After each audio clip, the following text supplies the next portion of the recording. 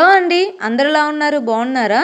రాజస్థాన్లోని నేనుండే ఏరియాలో ఆల్మోస్ట్ 80-90% కూడా ట్రైబల్ వాళ్ళే ఉంటారండి, గిరిజన ప్రాంత ప్రజలు.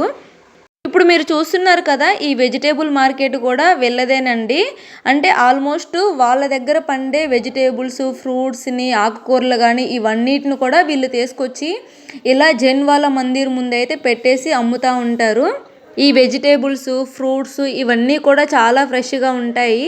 వీళ్ళే పండిస్తారండి న్యాచురల్ పద్ధతుల్లోనే ఇలాగా. అండ్ వీటి కాస్ట్ కూడా చాలా తక్కువగా ఉంటుందండి. బయట మార్కెట్తో కంపేర్ చేసుకుంటే చాలా మంచిగా ఇస్తారు, రీజనబుల్గానే. ఈ వెజిటేబుల్స్ అయినా ఫ్రూట్స్ అయినా కూడా.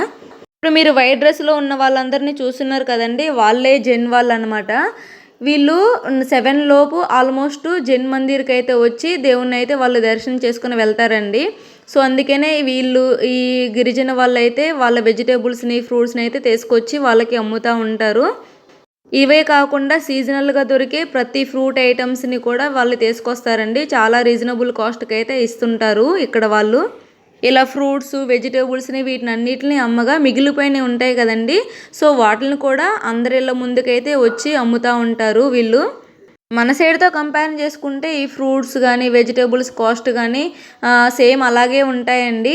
కాకపోతే సీజనల్గా దొరికే ఫ్రూట్స్ ఉంటాయి కదా, అంటే ఒక సీజన్లో బనానాస్, ఇంకొక సీజన్లో ఆరెంజెస్, ఇంకొక సీజన్లో అయితే మ్యాంగోస్ ఇవన్నీ దొరుకుతాయి కదా. అప్పుడు ఆ టైంలో అయితే వాటికి కాస్ట్ తక్కువగానే ఉంటుందండి మన సైడ్తో కంపేర్ చేసుకుంటే. Thank you for watching.